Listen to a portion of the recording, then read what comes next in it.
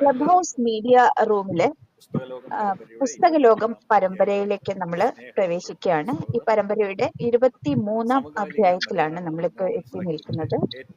ഇന്നത്തെ ഈ പുസ്തകലോകം പരിപാടിയിൽ നമ്മൾ ചർച്ച ചെയ്യുന്നത് മലയാളത്തിലെ ഏറ്റവും പ്രമുഖനായ കഥാകൃത്തും നോവലിസ്റ്റും തിരക്കഥാകൃത്തും ഒക്കെയായ ശ്രീ PF മാത്യൂസിന്റെ പ്രശസ്ത നോവൽ ചാവുനിലം. ഈ ഒരു പുസ്തകമാണ് ഇന്ന് ക്ലബ് ഹൗസ് മീഡിയ റൂം ചർച്ച ചെയ്യുന്നത്. നോവൽ വിലയിരുത്തി അവതരിപ്പിക്കുന്നത് ശ്രീ PK ശ്രീകുമാർ. അദ്ദേഹം ഒരു സർക്കാർ ജീവനക്കാരനാണ്, മുൻ പത്രപ്രവർത്തകനാണ്, ന്യൂസ് ഫോട്ടോഗ്രാഫറാണ്. അരയൻകാവ്, എറണാകുളം ജില്ലയിൽ അരയൻകാവില് PV കൃഷ്ണൻ, നിഷ കൃഷ്ണൻ ദമ്പതികളുടെ മകനാണ്. പാലാ സെയിന്റ് തോമസ് കോളേജിൽ നിന്ന് അദ്ദേഹം ബിരുദം നേടി, ഹിസ്റ്ററിയിലാണ് ബിരുദം നേടിയത്. അതിനുശേഷം അദ്ദേഹം കേരള മീഡിയ അക്കാഡമിയിൽ post graduate diploma journalism and കമ്മ്യൂണിക്കേഷനിൽ PG ഡിപ്ലോമ നേടി. അതിന്റെ ഇടയിൽ അദ്ദേഹം ന്യൂസ് ഫോട്ടോഗ്രാഫി ആയിട്ട് ബന്ധപ്പെട്ട് കോട്ടയം പ്രസ് ക്ലബിൽ നിന്ന് ഫോട്ടോ ജേർണലിസത്തിൽ ഒരു സർട്ടിഫിക്കറ്റ് കോഴ്സും ചെയ്തിട്ടുണ്ട്. അതിനുശേഷം കേരള കൗമുദിയിൽ കുറച്ചുനാള് ന്യൂസ് ഫോട്ടോഗ്രാഫറായിട്ട് പ്രവർത്തിച്ചതിന് ശേഷമാണ് ഇപ്പോൾ സർക്കാർ സർവീസിൽ ജോലി ചെയ്യുന്നത്. അദ്ദേഹത്തിന് ഇന്നത്തെ ഈ ചാവുനിലം എന്ന പ്രശസ്തമായ പുസ്തകം അവതരിപ്പിക്കാനായിട്ട് നമ്മൾ ഏറ്റവും സ്നേഹത്തോടെ ഇവിടെ സ്വാഗതം ചെയ്യുകയാണ് ക്ലബ് ഹൗസ് മീഡിയ റൂമിന്റെ ഈ വേദിയിലേക്ക്.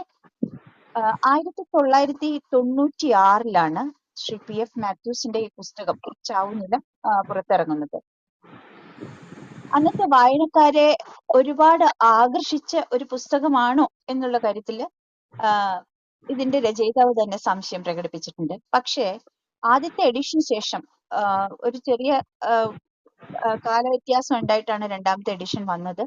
പക്ഷെ അതിനുശേഷം പിന്നീട് അതിന്റെ വായന വലിയ തോതിൽ അത് ഉയർന്നു.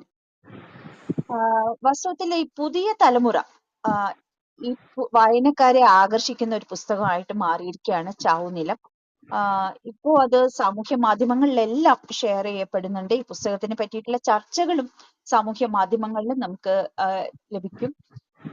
ഇത് വളരെ കൗതുകകരമായിട്ടുള്ള ഒരു സംഗതിയാണ്. അതായത് 96 ഇറങ്ങിയതിന് ശേഷം ആ ഒരു തലമുറ അധികമൊന്നും ചർച്ച ചെയ്യാത്ത ഒരു പുസ്തകത്തിനെ പിന്നീടുള്ള തലമുറ പിന്നെ ഏറ്റവും സ്നേഹപൂർവ്വം സ്വീകരിക്കുന്നതും അതിനെപ്പറ്റി ഒരുപാട് വലിയ ചർച്ചകൾ നടത്തുന്നതും വളരെ വ്യത്യസ്തമായിട്ടുള്ള ഒരു സംഗതിയാണ്.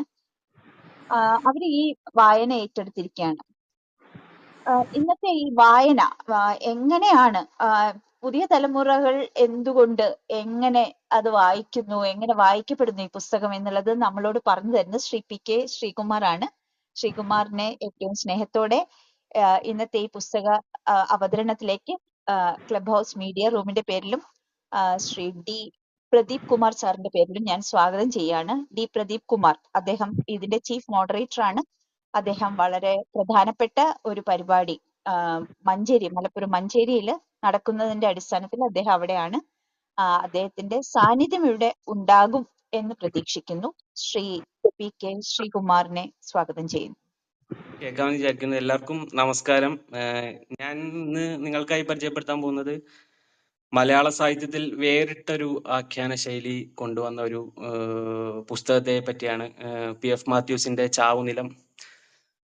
അത് ടീച്ചർ പറഞ്ഞ പോലെ 1996 പ്രസിദ്ധീകരിക്കപ്പെട്ട ഈ കൃതി ഒരു കൊച്ചിയിലെ ഒരു സാങ്കല്പിക ദ്വീപിന്റെ പശ്ചാത്തലത്തിലാണ് കഥ പറയുന്നത്. അത് മെയിനായിട്ട് പറഞ്ഞത് കേരളത്തിലെ ലാറ്റിൻ കത്തോലിക്ക സമൂഹത്തിന്റെ ഒരു പരുക്കൻ ജീവിത യാഥാർത്ഥ്യങ്ങളെയും അതിന്റെ ഒരു സംസ്കാരത്തെയും നോവലിന്റെ ഒരു ആഖ്യാന രീതി പോകുന്നത്. ഞാനിതൊരു കുറച്ച് സെഗ്മെന്റുകളായിട്ട് ഇങ്ങനെ തിരിച്ചിട്ടുണ്ട്. അപ്പൊ നമുക്ക് ആദ്യം തന്നെ ഇവിടെ ഒരു പശ്ചാത്തലവും അതിന്റെ കഥാഗതിയും എങ്ങനെയാണൊക്കെ നോക്കാം. ഒരു കഥ തുടങ്ങുന്നത് ഒരു സാധാരണ രീതിയിലല്ല. അതായത് മനുഷ്യർക്ക് എളുപ്പത്തിൽ പെടാൻ പറ്റുന്ന ഒരു സ്ഥലത്തല്ല ഈ കഥ നടക്കുന്നത്. അതൊരു ചതുപ്പിലാണ്.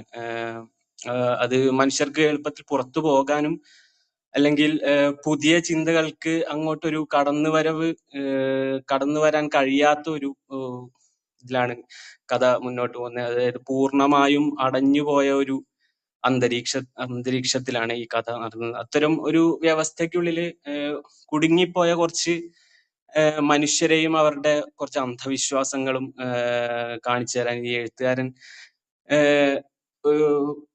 അങ്ങനെ ഒരു അടഞ്ഞുകൂടിയ ഒരു സ്ഥലത്തിലേക്ക് എത്തിക്കാൻ വേണ്ടിയിട്ടായിരിക്കും ചിലപ്പോൾ പി എഫ് മാത്യൂസ് ഒരു ദ്വീപിനെ തന്നെ തിരഞ്ഞെടുത്തെന്ന് തോന്നുന്നു.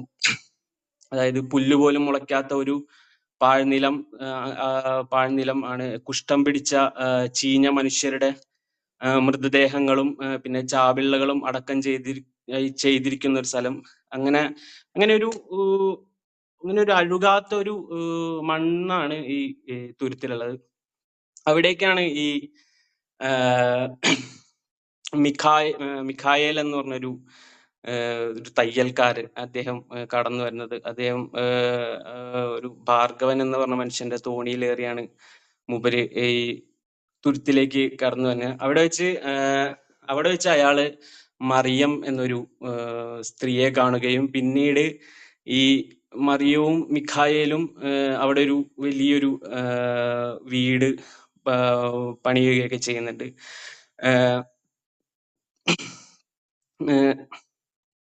ഈ മിഖായേലിന് മുമ്പ് ഇവിടെ മാനിക് എന്ന് പറഞ്ഞൊരു ചട്ടമ്പി ഉണ്ടായിരുന്നു. അതായത് ബലാത്കാരമായി ഈ പരസ്ത്രീ ശയനവും നടത്തുന്ന ഒരു മനുഷ്യൻ. അയാള് സ്വന്തം ഭാര്യയായ എലീശയുടെ വാക്കത്തി മൂർച്ചയിൽ അയാൾ മരിക്കുകയാണ്. പിന്നീട് തുടർന്ന് അദ്ദേഹത്തിന്റെ ഭാര്യ എലീശ ഭ്രാന്തിയായി മാറുന്നു. അങ്ങനെയൊക്കെയാണ് കഥയുടെ ഒരു ഇത് പോകുന്നത്. പിന്നീട് ഈ മിഖായേലിനും മറിയയ്ക്കും 3 മക്കൾ ഉണ്ടാവുന്നുണ്ട്. പേറു, ഈശി, ബാർബറ എന്ന് പറഞ്ഞ 3 മക്കൾ. ഇവരുടെ വരവോടെ കഥ ഒരു അടുത്ത ഘട്ടത്തിലേക്ക് കടക്കുന്നു എന്ന് വേണമെങ്കിൽ പറയാം. ഈശിയും പേറുവും പിന്നെ വിവാഹം കഴിക്കുന്നത് അന്നത്താസി, പ്ലാമേന എന്ന് പറഞ്ഞ 2 സഹോദരിമാരെയാണ്. എന്നാൽ നമ്മൾ പിന്നീട് കാണുന്നത് കഥയിൽ കുടുംബത്തിന്റെ ഒരു ഇരുട്ടിലേക്കുള്ള ഒരു അധപ്പതനമാണ്. അതായത് അവിടെ തന്നെ ഒരു വലിയ ജലക്ഷാമം ഉണ്ടാവുന്നതും പിന്നെ അവിടെ ഒരു ജലസ്രോതസ് കിട്ടാനുള്ള ഒരു വലിയ ബുദ്ധിമുട്ടും അങ്ങനെയൊക്കെയുള്ള ഒരു സന്ദർഭത്തിലേക്കാണ് കഥ പോകുന്നത്. പിന്നെ നമുക്ക് പറയാൻ പറ്റുന്നത് ഈ നോവലിലെ ആരംഭവും ഈ നോവൽ അവസാനിക്കുന്നതും മരണം എന്നൊരു കൺസെപ്റ്റിലാണ്. അതായത് നോവൽ തുടങ്ങുന്നത് മിഖായേലിന്റെ വരവ് കാണിച്ചിട്ടല്ലെങ്കിലും നോവൽ തുടങ്ങുന്നത് മിഖായേലിന്റെ മകനായ ഈശി എന്ന് പറഞ്ഞ മകൻ മരിക്കുന്നത് തൊട്ടാണ് ഈ ഒരു നോവല് തുടങ്ങുന്നത്. ഇവിടെ ഓരോ മരണവും നടക്കുമ്പോഴും നമ്മൾ ഈ പി എഫ് മാത്യൂസ് തന്നെ തിരക്കഥ എഴുതിയ ഈമയോവ്, ലിജോ ജോസ് പല്ലിശ്ശേരിയുടെ ഈമയോവിലെ കാണുന്ന പോലെ അത്ര മനോഹരമായ അല്ലെങ്കിൽ അത്രയ്ക്ക് ഒരു എന്താ പറയാ ഒരു കഷ്ടം പിടിച്ചൊരു മരണ ദിവസം എന്ന പോലെയാണ് ഈ മരണങ്ങളെല്ലാം. അതായത് ഭയങ്കര മഴയും അതായത് അവിടുത്തെ ടർപ്പനെല്ലാം പൊളിഞ്ഞു പോരുന്നതും പിന്നെ അവിടുത്തെ കുരിശ് എല്ലാം പോരുന്നതും അങ്ങനെയാണ് ഈ നോവൽ തുടങ്ങണത് തന്നെ. പിന്നെ ഈശോയുടെ മരണം തിരിച്ചറിയുന്നതിലൂടെ മരിച്ചവർ കഥയിലേക്ക് വീണ്ടും കടന്നു വരുന്നുണ്ട്. ഒടുവിൽ അയാളുടെ മകൾ അന്നയുടെ പ്രസവത്തിൽ തന്നെ മരിച്ചുപോയ കുഞ്ഞിന്റെ ശവസംസ്കാരത്തോടെയാണ് നോവൽ അവസാനിക്കുന്നതും.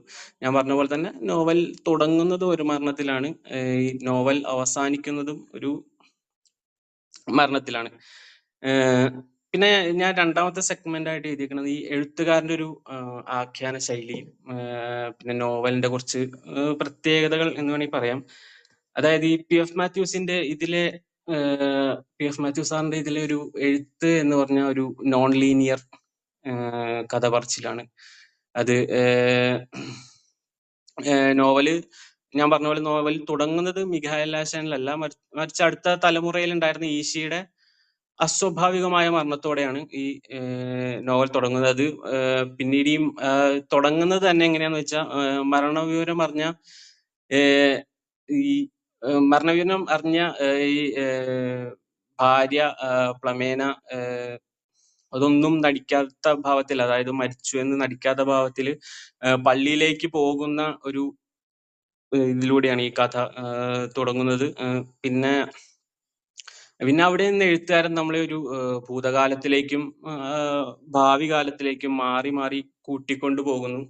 അതാണ് ഞാൻ പറഞ്ഞത്, ഇതൊരു നോൺ ലീനിയർ എഴുത്താണ് കാണിച്ചു വെക്കുന്നത്. പിന്നെ ഈ ഒരു ഇതിലൊരു മാജിക്കൽ റിയലിസം അങ്ങനെ ഒരു കൺസെപ്റ്റ് ഇതിലുണ്ട്.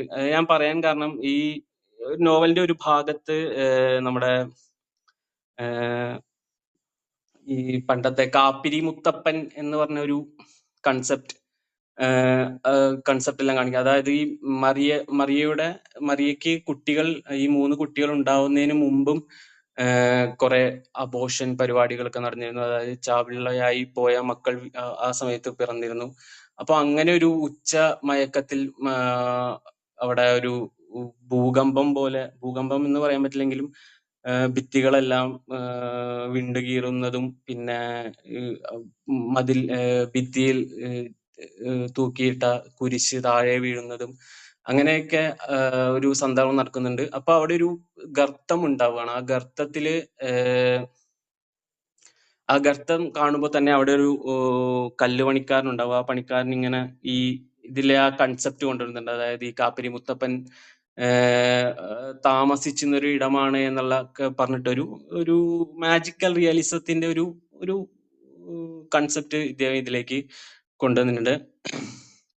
പിന്നെ ആദ്യം തന്നെ പറഞ്ഞ പോലെ ഈ മഴയും പശ്ചാത്തലവും ഒക്കെ തന്നെ ഇതിൽ തുടരെ ഇങ്ങനെ ഒരു ഭീകരമായ കാലവർഷവും അതിന്റെ ആഫ്റ്റർ എഫക്ട്സ് എല്ലാം ഈ തുരുത്തിനെയും ഈ മനുഷ്യരെ എല്ലാം ഇങ്ങനെ ബാധിക്കുന്നുണ്ട്.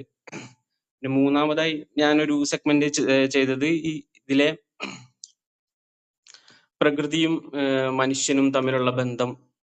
അതായത് കായലും ചതുപ്പും പാഴ്നിലവും എല്ലാം വെറും ഒരു പശ്ചാത്തലമായിട്ടല്ല, അവയ്ക്കൊക്കെ ഒരു ജീവൻ പോലെ ഉണ്ട് എന്നുള്ളത് പി എഫ് മാത്യൂസ് ഇതിൽ പറയുന്നുണ്ട്. പ്രകൃതിയെ കീഴടക്കാനും ചൂഷണം ചെയ്യാനും മനുഷ്യൻ നടത്തുന്ന ശ്രമങ്ങൾക്ക് പ്രകൃതി നൽകുന്ന തിരിച്ചടികൾ നോവല് കൃത്യമായിട്ട് വരച്ചു കാട്ടുന്നു.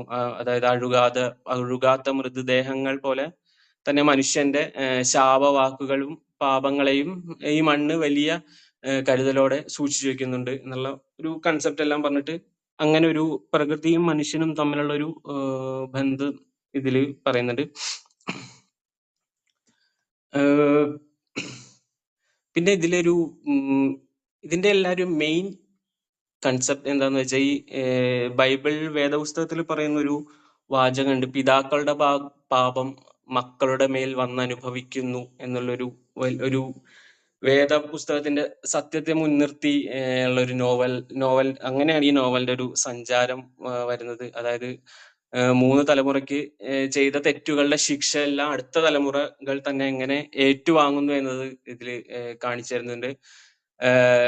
അതായത് പിന്നെ ക്രൈസ്തവ മൂല്യങ്ങളുടെയും ബോധങ്ങളുടെയും എല്ലാം അടിത്തറയിലാണ് ഈ നോവല് പണിതുയർത്തിയെങ്കിലും അതിനൊരു എന്താ പറയുക, ബാഹ്യമായ ഒരു മതവിശ്വാസങ്ങൾക്കും സദാചാര സങ്കല്പങ്ങൾക്കും മനുഷ്യന്റെ ഉള്ളിലെ ഇരുട്ടിനെ ഇല്ലാതാക്കാൻ കഴിയില്ലെന്നൊരു വലിയൊരു സത്യം ഈ നോവല് വ്യക്തമാക്കുന്നുണ്ട്. അതായത് വെളിച്ചവും ഇരുട്ടും തമ്മിലുള്ള ഒരു അന്തമില്ലാത്തൊരു പോരാട്ടത്തിൽ ഇരുട്ടിൽ മുങ്ങിപ്പോകുന്ന അല്ലെങ്കിൽ ഇരുട്ടിൽ പെട്ടുപോകുന്ന മനുഷ്യന്റെ നിസ്സഹായത, അതെല്ലാം ഈ നോവലില് ഇങ്ങനെ വിവരിച്ച് കാട്ടുന്നുണ്ട്. പിന്നെ ഞാൻ ഇതിൽ ശ്രദ്ധിച്ച ഒരു 2-3 ഇൻസിഡൻസ്, അതായത് ഇതിന്റെ ഒരു ഹിസ്റ്റോറിക്കൽ ടൈം പീരീഡ്, ഇത് ഏത് കാലഘട്ടത്തിലാണ് നടന്നിരുന്നത് എന്ന് PF മാത്യൂസ് ഇങ്ങനെ പറഞ്ഞു വെക്കുന്നുണ്ട്. അതായത് ഒരു ടൈം പീരീഡ് എന്ന പോലെ PF മാത്യൂസ് സ്ട്രെയിറ്റ് അല്ലാതെ തന്നെ ഒരു ടൈം പീരീഡ് മൂപ്പര് പറഞ്ഞു വെക്കുന്നുണ്ട്. അതായത് കേരളത്തിന്റെ രാഷ്ട്രീയ ചരിത്ര കാലഘട്ടം, അതായത് ഒരു നോവലിന്റെ ഒരു കഥ നടക്കുന്ന ഒരു കാലഘട്ടം ഏതു കാലത്താണെന്ന് മനസ്സിലാക്കാൻ PF മാത്യൂസ് ചില സംഭാഷണങ്ങളിലൂടെയൊക്കെ ചരിത്ര സംഭവങ്ങളെ സംഭവങ്ങളെ അതായത് നോവലിന്റെ ഒരു ഭാഗത്ത് നമ്മുടെ 1958-59 കാലഘട്ടത്തിൽ നടന്ന നമ്മുടെ വിമോചന സമരം, EMS സർക്കാരിനെതിരെ ക്രൈസ്തവ സഭയുടെ മറ്റ് നേതൃത്വത്തിൽ നടന്ന ഒരു വിമോചന സമരത്തിന്റെ ഒരു മുദ്രാവാക്യം, അങ്ങനത്തെ ഒരു അതായത് social tension reflecting the Catholic church എന്ന സംഭവങ്ങളൊക്കെ നോവലിൽ കാണാം. പിന്നെ അതായത് 1960കളുടെ തുടക്കത്തില് നമ്മുടെ കമ്മ്യൂണിസ്റ്റ് സർക്കാരിനെ പുറത്താക്കാൻ വേണ്ടിയിട്ട് കേന്ദ്ര സർക്കാർ ഒരു ആദ്യത്തെ കമ്മ്യൂണിസ്റ്റ് ഭരണകൂടത്തെ കേന്ദ്ര സർക്കാർ പിരിച്ചുവിട്ടതിനെ കുറിച്ചും ഈ നോവലിലെ കഥാപാത്രങ്ങൾ സംസാരിക്കുന്നുണ്ട്. അപ്പൊ ഇതിന്റെയൊക്കെ കൂട്ടിവെച്ചാൽ നമുക്ക് വായിക്കാൻ പറ്റും ഇത് നടക്കുന്നത് ഒരു 1950കളുടെ ഒടുവിലും 1960കളുടെ ഒരു തുടക്കത്തിലുമാണെന്ന് വേണമെങ്കിൽ നമുക്ക് വിലയിരുത്താം. പിന്നെ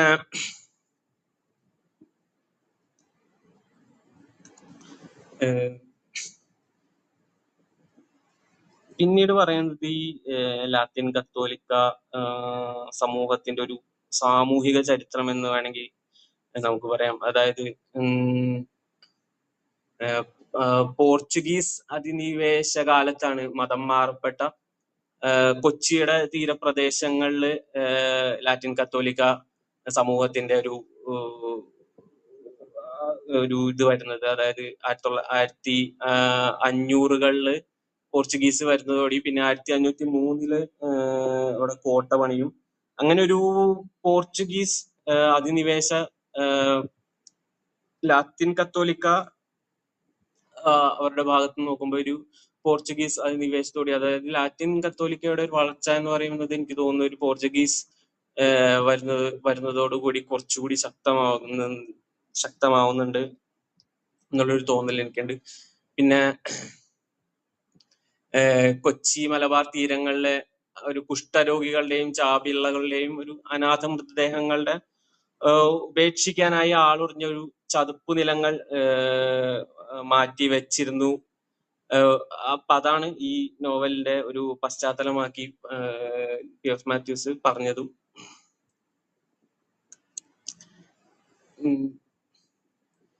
പിന്നെ ഇതിപ്പോ നമുക്ക് അറിയാവുന്ന പോലെ ഈ ദ്വീപ് നമുക്ക് കാണാൻ പറ്റുന്ന ചിലപ്പോ ഒരു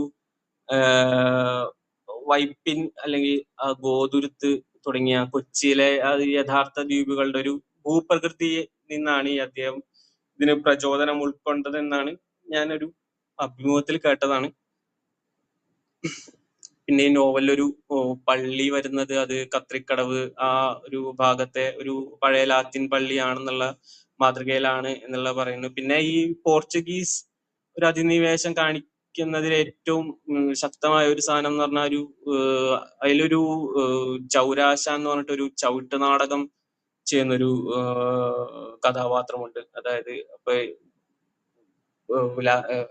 ചവിട്ട് നാടകം കേരളത്തിലേക്ക് കൊണ്ടുവരുന്നത് തന്നെ ഒരു പോർച്ചുഗീസ് ഇൻസ്പിറേഷനിലൂടെയാണെന്ന് ചരിത്രമായ ഒരു നോവലില് കൊണ്ടുവരുന്നുണ്ട്. പിന്നെ ഇതിലെ ആളുകളുടെ ഒരു ഉപജീവന മാർഗം അല്ലെങ്കിൽ അങ്ങനെ ഒരു സാമ്പത്തികമായ നേട്ടത്തിലൂടെ എങ്ങനെയായിരുന്നു ആളുകൾ ജീവിച്ചിരുന്നതെന്ന് പറയുന്നതിൽ ഈ അടഞ്ഞുമൂടിയ ഒരു പ്രദേശത്തെയാണ് വ്യാജ ചാരായ വാറ്റ് വിറ്റിട്ട് പൈസ ഉണ്ടാക്കുന്ന അതിലൊരു കഥാപാത്രത്തെ നമുക്ക് ദേവസി എന്ന് പറഞ്ഞൊരു കഥാപാത്രത്തെ നമുക്ക് കാണാം. അത് അന്നത്തെ ജനങ്ങളുടെ ഒരു ഉപജീവന മാർഗം തന്നെയായിരുന്നു എന്ന് വേണമെങ്കിൽ പറയാം. അന്നത്തെ അപ്പൊ അതും നമുക്കിതില് കാണാൻ പറ്റും. പിന്നെ ഈ കഥാപാത്രങ്ങളുടെ ഒരു പേരിന്റെ ഒരു സവിശേഷതകളും നമുക്ക് ഈ പോർച്ചുഗീസ് ഇതിന്റെ പോർച്ചുഗീസുകാരുടെ ഒരു വരവോട് കൂടിയാണ്. അതായത് ഈ മിഖായൽ ആശാൻ, അല്ലെങ്കിൽ മറിയം, മാനിക്, ഏലീഷ, ഈശി, പേറു, ബാർബറ, പ്ലാമേന, അന്നത്ത, സീനാശു, അങ്ങനെ കുറച്ച് അങ്ങനെ ഇനിയും ഇഷ്ടംപോലെ കഥാപാത്രങ്ങൾ ഉണ്ടെങ്കിലും ഈ കഥാപാത്രങ്ങളുടെ പേരുകളിൽ തന്നെ ഒരു പോർച്ചുഗീസ് ഛായ നമുക്ക് കാണാൻ പറ്റും. അപ്പൊ ഇതെല്ലാം നമുക്കൊന്ന് ഇത് ചെയ്താണ് ഇതിലൊരു കൊച്ചിയുടെ പോർച്ചുഗീസ് ചരിത്രത്തിന്റെ ഒരു ഇത് നമുക്ക് കാണാൻ പറ്റും. അപ്പൊ സത്യം പറഞ്ഞാൽ ഞാൻ ഇത്രയാണ് ഒന്ന് പ്രിപ്പയർ ചെയ്തേക്കുന്നത്. കാരണം എനിക്ക് ടീച്ചർ പറഞ്ഞ പോലെ എനിക്ക് അധികം സമയം കിട്ടിയെങ്കിലും എനിക്ക് കുറച്ച് തിരക്കൊക്കെ ആയതുകൊണ്ട് എനിക്ക് ഈ നോവല് ഫുള്ളായിട്ടൊന്ന് ബ്രേക്ക് ഡൗൺ ചെയ്യാനുള്ള ഒരു ബുദ്ധിമുട്ടുണ്ടായിരുന്നു. പിന്നെ പുസ്തകം എൻ്റെ കയ്യിൽ ഉണ്ടാവും എന്നാണ് വിചാരിച്ചത്. പക്ഷെ പുസ്തകം എവിടെയോ ആയിരുന്നു. അപ്പൊ ഞാൻ ഈ PDF നോട്ട്സ് എല്ലാം വായിച്ചിട്ടാണ്, പുസ്തകം PDF കിട്ടുന്നുണ്ടായിരുന്നു. അപ്പൊ അങ്ങനെയാണ് ഞാൻ ഈ PDF നോട്ട്സുകളൊക്കെ വെച്ചിട്ടാണ് ഒരു ഇത് ഉണ്ടാക്കിയേക്കണത്.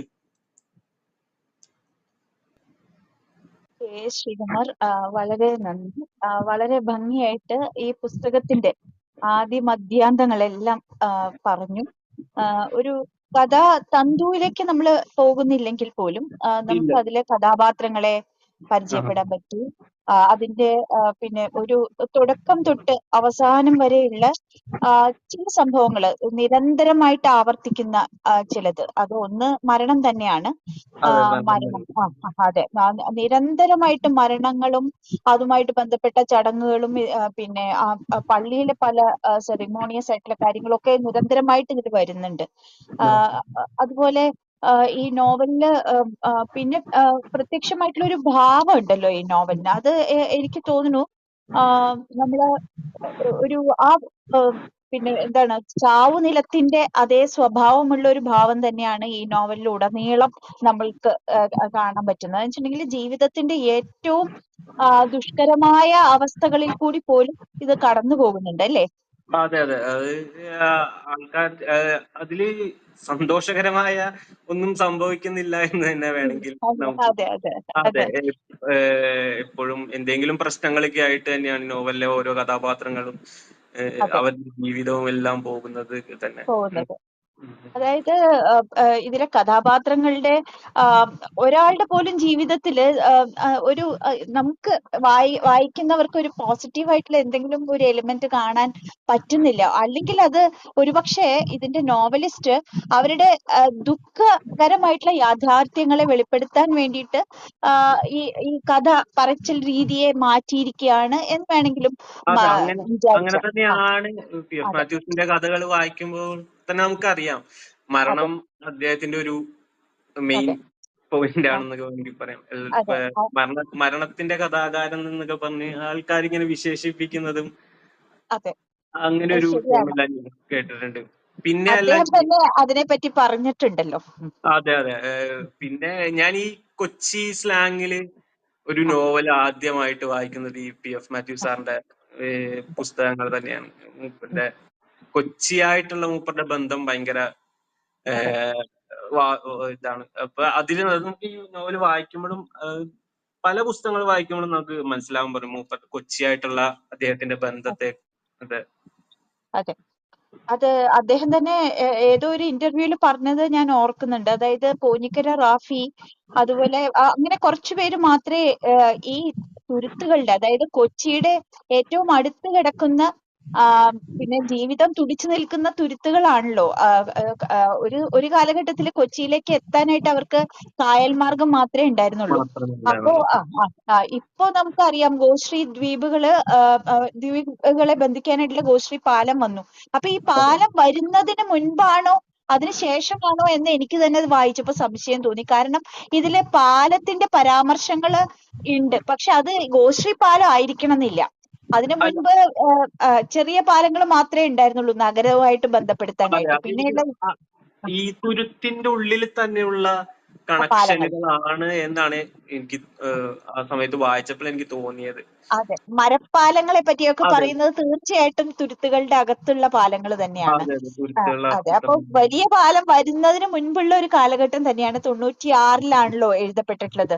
അതെ 96-ഉം കഴിഞ്ഞ് അത് എനിക്ക് തോന്നുന്നു 2000-നോട് അനുബന്ധിച്ചിട്ടൊക്കെ ആണല്ലോ ഈ ഗോശ്രീ പാലങ്ങള് പിന്നെ കൺസ്ട്രക്ഷൻ ഒക്കെ പൂർത്തിയായി. അത് അപ്പൊ അതുകൊണ്ട് അതിനു മുമ്പ് എഴുതപ്പെട്ട ഒരു കാലമാണ് ഇതിൽ അതെ പരാമർശിക്കുന്നത്. പിന്നെ ഒരു അതെ 59കളുടെ അവസാനം 60കളുടെ അതെ തുടക്കമായിരിക്കും. കാരണം ഞാൻ ഈ പറഞ്ഞ വിമോചന സമരത്തിന്റെ അതെ ആ ഒരു മുദ്രാവാക്യങ്ങളൊക്കെ ഈ നോവലിൽ എവിടെയോ പരാമർശിച്ചായി ഞാൻ ഓർക്കുന്നുണ്ടായിരുന്നു. അതെ ആദ്യത്തെ കമ്മ്യൂണിസ്റ്റ് സർക്കാരിന്റെ ഉം. പതനം അതെല്ലാം ആ, നോവലിൽ. ഒരു ഭംഗ്യന്തരേണ പറഞ്ഞു പോകുന്നുണ്ട്. അതെ അതെ അതേസമയം ഇത് പൂർണ്ണമായിട്ടും രാഷ്ട്രീയത്തിൽ നിന്ന് അകന്നു നിൽക്കുന്ന വെച്ചിട്ടുണ്ടെങ്കിൽ അതെ ജീവിതഗന്ധിയായിട്ടുള്ള ഒരു നോവലാണ് എന്ന് മനുഷ്യ തന്നെ ജീവിതം പറയാം. തന്നെയാണ്. അതെ അതെ അതെ അതെ അതെ, മനുഷ്യ ജീവിതം. മനുഷ്യജീവിതം. അതെ, മതവും ഇതില് ഒരു കഥാപാത്രം അതെ പോലെ അതെ ഇതിന്റെ ഒപ്പം തന്നെയുണ്ട്. അത് അതെ ലത്തീൻ കത്തോലിക്കക്കാരുടെ കത്തോലിക്കക്കാരുടെ ജീവിതത്തിനെ നിയന്ത്രിക്കുന്ന വിശ്വാസങ്ങളുടെ വലിയൊരു സംഹിതയാണ് ഇതിന്റെ അകത്ത് നമ്മൾ വായിക്കുമ്പോൾ നമുക്ക് മറനീക്കി പുറത്തു വരുന്നത്. അതായത് ബൈബിള് തന്നെ ബൈബിളിലെ പലയാവർത്തി ബൈബിളിലെ വചനങ്ങള് ഇതിൽ പറയുന്നുണ്ട്. പിന്നെ പാപബോധം, പിന്നെ ആ കുറ്റവും ശിക്ഷയും ഒക്കെ അതിൽ നിന്ന് ഉരുത്തിരിയുന്ന ആശയങ്ങളായിട്ട് വേണം മനസ്സിലാക്കാൻ. അതെ അതെ അതുപോലെ ബാല കൗമാര യൗവനങ്ങളുടെ അതുപോലെ വാർദ്ധക്യത്തിന്റെ നിസ്സഹായത ആ ഒക്കെ ഇതിൽ വരുന്നുണ്ട്. എല്ലാം അതിന്റെ എല്ലാം പറഞ്ഞ് തടവുകാരാണ്. ആ അതെ അതെ ദ്വീപിലെ ഒരു തടവുകാര്. ആണ്, അതെ. ആ ദ്വീപ് സത്യത്തിൽ അവരുടെ ഒരു തടവറയാണ്. അതിന്റെ അതെ അകത്ത് കിടക്കുന്ന അവിടുന്ന് ഒരു മോചനമില്ലാത്ത വളരെ കുറച്ചു പേരാണ് മോചനം പ്രാപിച്ച് പുറത്തു പോയവര്. പക്ഷെ അവര് ചിലരൊക്കെ തിരിച്ചു വന്നവര് വളരെ പരീക്ഷണം നേരിട്ടിട്ട് തിരിച്ചു വന്നതായിട്ടാണ് നമുക്ക് തോന്നുന്നത്, അല്ലെ? അതെ അതെ അതെ ഈ അതെ അന്ന എന്ന് പറഞ്ഞൊരു ക്യാരക്ടർ അതെ അവര് അവസാന സമയം മറ്റേ കന്യാസ്ത്രീ പട്ടത്തിലേക്ക് പോവുകയും പക്ഷെ ആ, പിന്നീട് ഒരു ആ, പോയിന്റില് അവസാനം അതെ, തിരിച്ചു വരികയും. തിരിച്ചു വരുന്നു. അതെ, പിന്നെ അതെ കാമനകളും അല്ലെ, അതെ കാമക്രോധ മോഹങ്ങളും ഒക്കെ അവരെ ഭരിച്ചു എന്നുള്ളതാണ്. കാരണം ഇത് സത്യത്തിൽ അതാണ് കേട്ടോ. ഇത് ഈ അതെ വാർദ്ധക്യത്തിന്റെയും എല്ലാം നിസ്സഹായരായിട്ടുള്ള കുറെ മനുഷ്യരാണ്.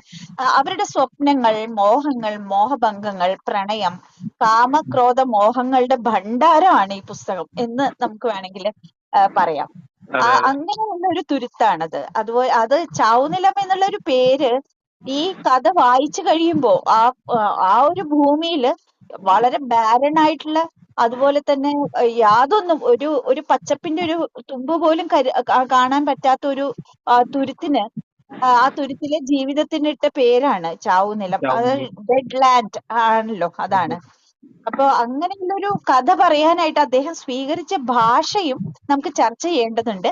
അതിനു മുൻപായിട്ട് അദ്ദേഹം ഇന്ന് ശ്രീ PF മാത്യൂസ് ഇവിടെ വരേണ്ടതായിരുന്നു. അദ്ദേഹത്തിന് ഇന്ന് ഞാൻ നേരത്തെ പറഞ്ഞ പോലെ സത്യദീപം മാസികയുടെ, അത് ഒരു നൂറ്റാണ്ട് പഴക്കമുള്ള, അതിലും കൂടുതൽ പഴക്കമുള്ള ഒരു പ്രസിദ്ധീകരണമാണ്. ഇപ്പോഴും നിലനിൽക്കുന്ന മലയാളത്തിലെ ആദ്യ പ്രസിദ്ധീകരണങ്ങളിൽ ഒന്നാണ്. അതിന്റെ സെന്റിനറി സെലിബ്രേഷൻ ആണ് ഇന്ന് കൊച്ചിയിൽ വെച്ചിട്ടാണ്. അപ്പൊ അദ്ദേഹം അതില് പങ്കെടുക്കാമെന്ന് ഏറ്റുപോയത് കൊണ്ട് അദ്ദേഹത്തിന് ഇതില് സാന്നിധ്യം അറിയിക്കാൻ ബുദ്ധിമുട്ടുണ്ട്, അസൗകര്യം ഉണ്ടെന്ന് പറഞ്ഞിരുന്നു. പക്ഷെ അദ്ദേഹം നമുക്ക് വേണ്ടിയിട്ട് അദ്ദേഹത്തിന്റെ ഒരു ശബ്ദ സന്ദേശം നമുക്കായിട്ട് തന്നിട്ടുണ്ട്. ഞാൻ അത് ഇതില് വേറൊരു ഫോണിൽ വെച്ചിട്ട് കേൾപ്പിക്കാനേ പറ്റൂ, ഇതിൽ തന്നെ പ്ലേ ചെയ്യാൻ പറ്റില്ല. അപ്പൊ അത് പ്ലേ ചെയ്യാം. ഇപ്പൊ ഒരു സെക്കൻഡ് അതിന് വേണ്ടിയിട്ട് സമയം എടുക്കും. ഞാൻ അതുവരെ ഒന്ന് മൈക്ക് ഓഫ് ചെയ്യാണ്. ഓക്കെ ഓക്കെ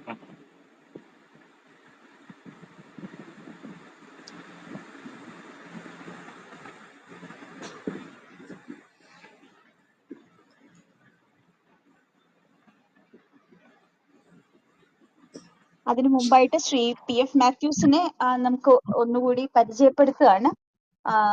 1960 കൊച്ചിയിൽ ജനിച്ച വ്യക്തിയാണ് അദ്ദേഹം. കഥകൾക്ക് പുറമെ ചാവുനിലം, ഇരുട്ടിലൊരു പുണ്യാളൻ, കടലിലെ മണം എന്നീ നോവലുകളും, പുത്രൻ, കുട്ടിശ്രാങ്ക്, വിശ്വമറിയം യൗസേപ്പിന്റെ ഈമ യൗ, അതിരൻ എന്നീ തിരക്കഥകളും അദ്ദേഹം രചിച്ചിട്ടുണ്ട്. ചലച്ചിത്ര രചനയ്ക്കുള്ള ദേശീയ അവാർഡ് കുട്ടിശ്രാങ്കിനാണ് ലഭിച്ചത്. സിപ് ടാൻസാനിയ അന്തർദേശീയ അവാർഡ് അത് ഈ മായൌവിനാണ് കിട്ടിയത്. NDTC തിരക്കഥ മത്സരത്തിന്റെ പുരസ്കാരം കിട്ടിയിട്ടുണ്ട്. ടെലിവിഷൻ തിരക്കഥയ്ക്കുള്ള സംസ്ഥാന അവാർഡ് മിഖായലിന്റെ സന്തതികൾ എന്നൊക്കെ പറയുന്ന വളരെ പ്രശസ്തമായ ഒരു ടെലിവിഷൻ സീരിയലായിരുന്നു അത്. അതുപോലെ ക്രിട്ടിക്സ് അവാർഡ്, മികച്ച നോവലിനുള്ള കേരള സാഹിത്യ അക്കാദമി പുരസ്കാരം, അടിയാള പ്രേതം. ഈ ഇപ്പൊ ഇന്ന് നമ്മൾ സംസാരിച്ച ഈ ചാവുനിലം ഒരു ട്രിലജിയിൽ പെട്ട് 3 പുസ്തകങ്ങൾ, ഒന്ന് അടിയാള പ്രേതം, അതുപോലെ മറ്റു 2 ഒരു ട്രിലജിയിൽ വരുന്നതിൽ ഒന്ന് അടിയാള പ്രേതമാണ്. പിന്നെ അദ്ദേഹത്തിന്റെ മറ്റൊരു പുസ്തകം അതിന്റെ പേര് ഞാൻ മറന്നുപോയി. അങ്ങനെ 3 പുസ്തകങ്ങളുടെ ഒരു കോമ്പിനേഷൻ ആണിത്. അതിൽ വരുന്നതാണ്. ആദ്യത്തേത് ഇരുട്ടിലൊരു പുണ്യവാളൻ, അതിന്റെയാണ്. ഇരുട്ടിലൊരു പുണ്യവാളൻ, അടിയാള പ്രേതം, ചാവുനിലം. അതെ, ചാവുനിലം. അങ്ങനെ 3 പുസ്തകങ്ങളാണ്, ഒരു ട്രിലജിയാണത്. അതിലെ ഒരു സീരീസിൽ വരുന്ന ഒരു പുസ്തകമാണ് ഇന്നിപ്പോ നമ്മളിവിടെ അവതരിപ്പിച്ച ചാവുനിലം. അദ്ദേഹം ഡോൺ ബോസ്കോ, സെന്റ് അഗസ്റ്റിൻ എന്നിവിടങ്ങളിലുള്ള സ്കൂളിലാണ് അദ്ദേഹത്തിന്റെ വിദ്യാഭ്യാസം. അതിനുശേഷം സെയിന്റ് ആൽബർട്ട്സിൽ നിന്ന് അദ്ദേഹം ധനതത്വശാസ്ത്രത്തിലാണ് ബിരുദം നേടിയത്. വളരെ ചെറുപ്പത്തിൽ അദ്ദേഹം ഏകാംഗ നാടകങ്ങളാണ് ആദ്യം എഴുതി തുടങ്ങിയിട്ടുള്ളത്. പിന്നെ ധാരാളം ചെറുകഥകൾ, അതുപോലെ അദ്ദേഹത്തിന്റെ പല തിരക്കഥകളും പിന്നെ അവാർഡ് നേടിയത് നമ്മൾ പറഞ്ഞു. 2009 ദേശീയ ചലച്ചിത്ര പുരസ്കാരം, പിന്നെ ശരറാന്തൽ എന്ന് പറയുന്ന ടെലിവിഷൻ സീരിയലിന് 91 പുരസ്കാരം കിട്ടിയിട്ടുണ്ട് അദ്ദേഹത്തിന്. മിഖായലിന്റെ സന്തതികൾക്കാണ് 93 പുരസ്കാരം കിട്ടിയിട്ടുള്ളത്. അങ്ങനെ അദ്ദേഹം വൈക്കം മുഹമ്മദ് ബഷീർ പുരസ്കാരമടക്കം 2019 പുരസ്കാരമടക്കം അദ്ദേഹം നേടിയിട്ടുണ്ട്. അദ്ദേഹത്തിന്റെ ശബ്ദ സന്ദേശം നമ്മളിപ്പോ കേൾക്കുകയാണ്.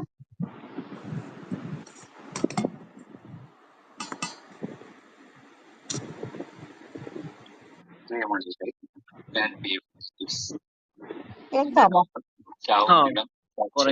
കേൾക്കുന്നുണ്ടോ? കേൾക്കുന്നുണ്ട്, കുറേശ്ശെ കേൾക്കുന്നുണ്ട്. സ്പീക്കറിൽ അടുത്ത്.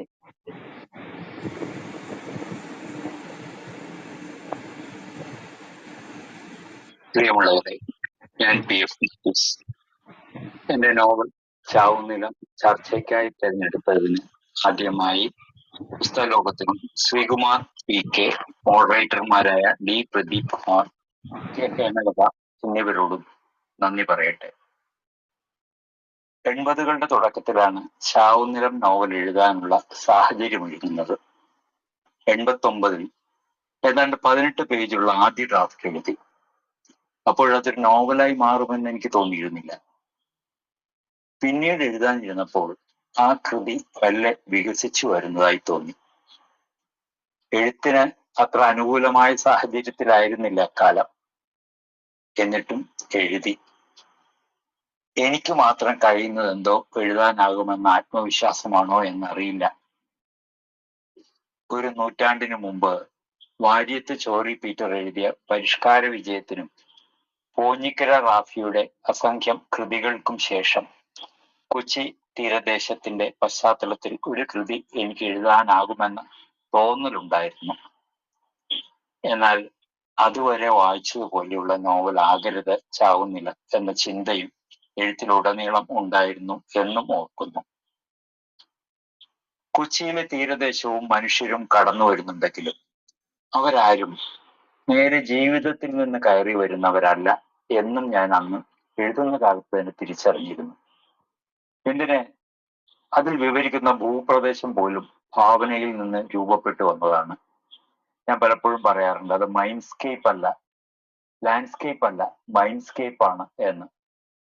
ഒരിറ്റ് വെള്ളം പോലും കിട്ടാത്ത തുരുത്ത്, കായലിന്റെ നടുവിൽ ഇത്തിരി തരിമണൽ പ്രദേശം, അതിലൊരു തുള്ളി വെള്ളം കിട്ടുന്നില്ല.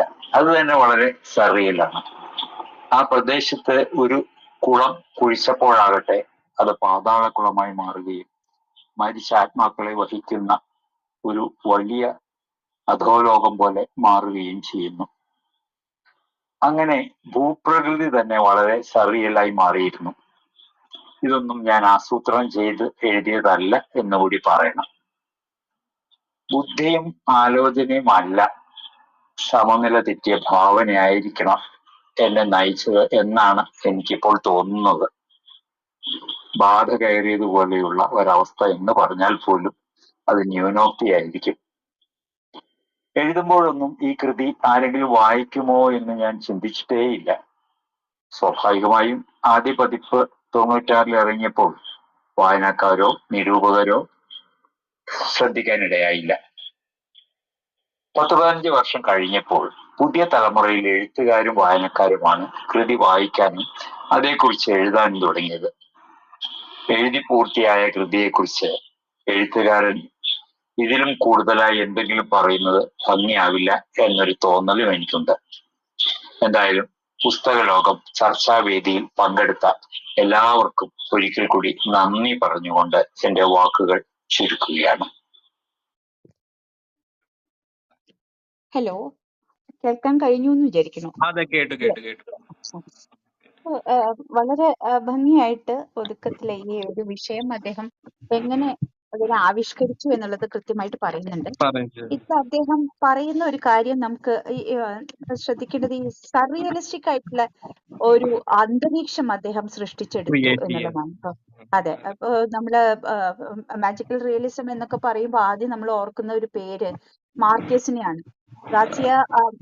ഗബ്രിയേൽ ഗാർസിയ മാർക്കേസ് ആണ് ഏറ്റവും അധികം മാജിക്കൽ റിയലിസത്തിനെ ഒരുപക്ഷെ നമ്മളുടെയൊക്കെ പെട്ടെന്നുള്ള ഒരു ഓർമ്മയിലേക്ക് കൊണ്ടുവരുന്നത് അദ്ദേഹത്തിന്റെ മക്കൊണ്ട എന്ന് പറയുന്ന അദ്ദേഹം സൃഷ്ടിച്ചെടുത്ത ഒരു പ്രദേശമാണ്.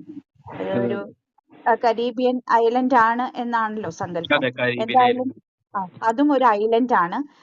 ഇപ്പൊ ഇവിടെ ഈ ചാവുനിലം എന്നുള്ള ഈ ഒരു നോവലില് പരാമർശിക്കുന്നതും കൊച്ചിയുടെ ഒരു സാംസ്കാരിക പൈതൃകമൊന്നും തന്നെ അതിൽ നിന്ന് വളരെ വ്യത്യസ്തമായിട്ടുള്ള മറ്റൊരു രീതിയിൽ അതിന്റെ സംസ്കാരം പോവുകയാണ്. അങ്ങനത്തെ ഒരു തുരുത്തിനെയാണ് ഇവിടുത്തെ ഒരു ഭാവന ലോകമായിട്ട് അദ്ദേഹം കൊണ്ടുവരുന്നത്. ഒരു ഉട്ടോപിയ പോലുള്ള ഒരു സ്ഥലം.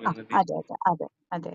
അപ്പൊ ആ തുരുത്തിലെ കഥാപാത്രങ്ങൾ നമ്മള് ഒരുപക്ഷെ ഒന്ന് ആലോചിക്കുമ്പോൾ നമ്മളുടെ ജീവിതത്തിലും എവിടെയൊക്കെയോ നമ്മൾ കണ്ടുമുട്ടിയ, എവിടെയൊക്കെയോ നമ്മൾ അറിഞ്ഞ ആളുകളുടെ രൂപസാദൃശ്യങ്ങൾ അവർക്കൊക്കെ ഉണ്ട് എന്നുള്ളത് വാസ്തവമാണ്.